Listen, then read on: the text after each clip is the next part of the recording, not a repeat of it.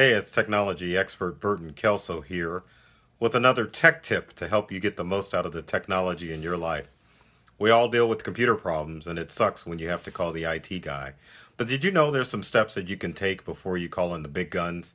Let me show you 10 things that you can do to help troubleshoot your Windows or Macintosh computer before you have to call in the big guns and pay for tech support. Let's take a look at both the Windows and Mac and see what you can do to solve those pesky computer problems. One of the first things that you want to do when you have an issue with the computer is to simply restart your computer. Now on a Windows computer, it's pretty simple. In Windows 10, you would just go to the Windows Start button. Then from Start, you want to click on the Power button. Once you click on Power, just click on Restart, and that will give you the option to restart your computer if you're having an issue. Another thing that you can do is just to shut the computer down. Now on the Macintosh, it's pretty simple too. So let's go over to our Mac. So just go up to the Apple menu, and then you can either click on Restart, or you can click on Shut Down, and then your Mac will shut down for you. And there you have it. Hopefully problem solved. Next thing that you can do is check for updates. So let's go back to our Windows computer. If you want to check for updates in Windows, it's pretty simple. You can just go to Cortana and just type in Windows Updates. And you can click on Windows Update Settings or just click on Check for Updates. You click for Check for Updates, you'll get the Windows Update screen. And it says this computer is up to date. But just to make sure, we can just click on Check for Updates, and it will scroll through, and if there's any updates, it'll give us a prompt to download them. If not, then it means that our computer is up to date. Now on a Macintosh computer, it's a little bit simpler. So let's go back to our MacBook Pro. If you want to check for updates, just click on the Apple menu, and then you want to click on About This Mac.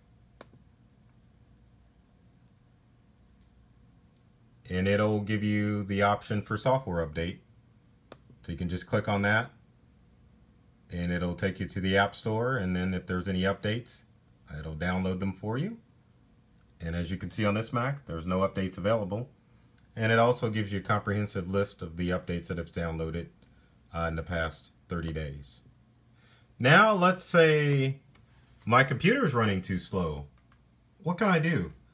Well, first thing you want to do is to make sure it's the actual computer itself. Because sometimes people confuse a slow computer with slow internet. So to verify that it's not your computer, number one, you want to go to the Windows File Manager on a Windows computer and make sure the hard drive is not full. So if we click on File Manager, once we click there, we want to go to this PC. Once we're on this PC, we want to check our hard drive space. Now this Windows computer has a 1 terabyte hard drive in it, and as you can see, it's not full. But if you do have a Windows computer and the hard drive is full, you want to consider deleting some stuff off of that hard drive because it definitely can slow your computer down. Now on a Macintosh, what you would need to do is to go to our friend Finder. Once you're under Finder, you can just click on Go. Under Go, you want to go to Computer. Once you're under Computer, you can click on the Macintosh hard drive. Then you can go to File.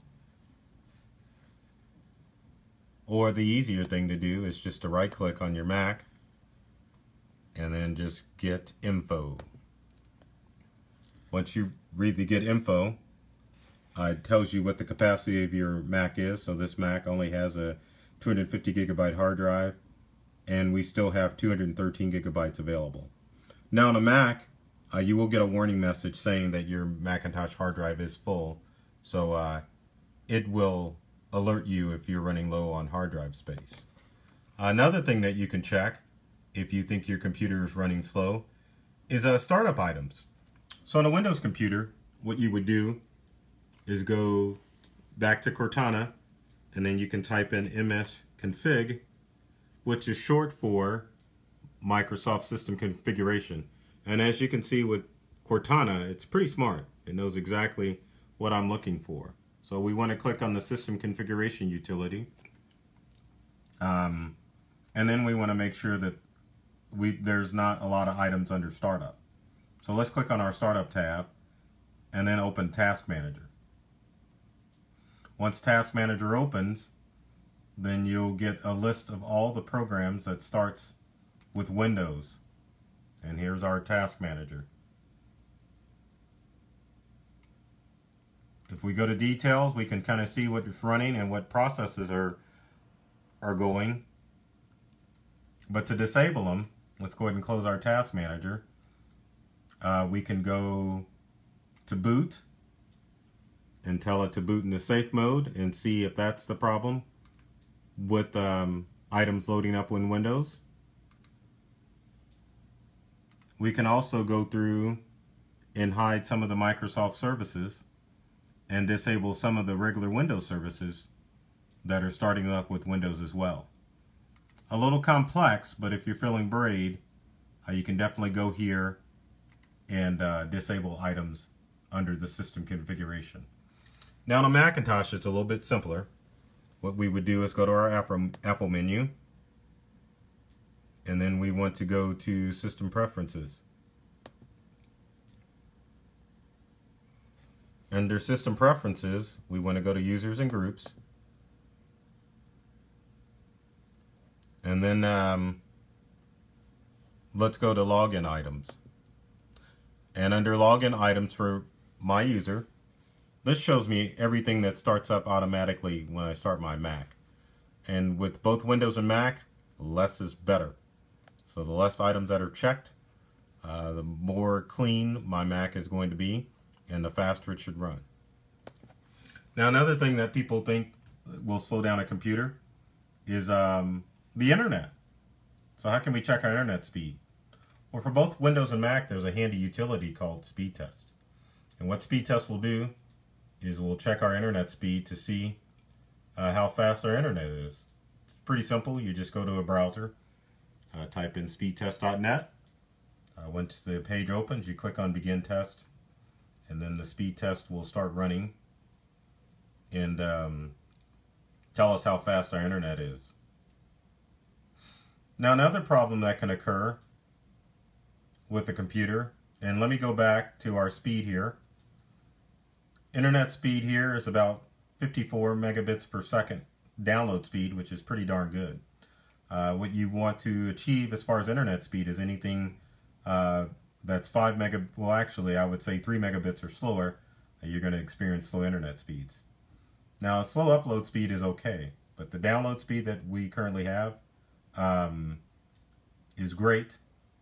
54 megabits per second is a good speed that we want.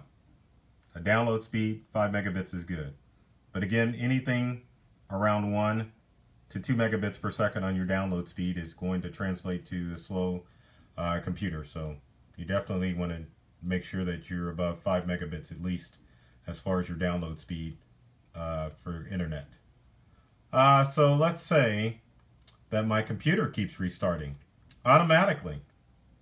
There's no utility for that. Just know that if you have a computer that's restarting, you definitely want to call in the big guns. Sometimes it could be a virus, but most times it's the computer overheating itself. Let's say we have pop-ups on the computer. What do we do in that instance? Well, if you think you got pop-ups on your computer, it's a handy utility that you can run on both your Windows and Macintosh computer called Malwarebytes Anti-Malware. It's a free program. You can download it to your computer and run a scan, and it'll scan and remove any pesky viruses you have on your computer. Let's say that you have a problem after running Malwarebytes. We'll cancel that out. Let's say you have a problem after running Malwarebytes that your internet speed is, or not speed, but your internet looks goofy. So what can you do? For starters, if you've got slow internet, I would recommend that you would use Google Chrome as your browser. Google Chrome is probably one of the faster browsers out there. It won't speed up your internet, but it just works a lot better. But let's say if you're using Chrome and you're having problems surf the internet, weird things keep popping up, what can you do? Well, on both your Windows and Mac, you can go to the Google menu and go to Settings. Once you're under Settings, you can go to Extensions, and anything that doesn't look right, you can definitely disable that extension, and it'll help your browsing experience on the internet. All these extensions that we have here we want, so we want to keep those enabled. But that's another thing that you can check for if you experience slow internet. Let's say you're having issues with your Wi-Fi. Well, on a Windows computer, your Wi-Fi connection is here, down in the lower corner. You want to make sure there's no exclamation point down here.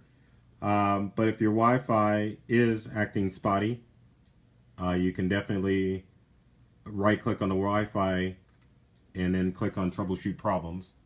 And if there's problems with Wi-Fi, it'll definitely go through and find them.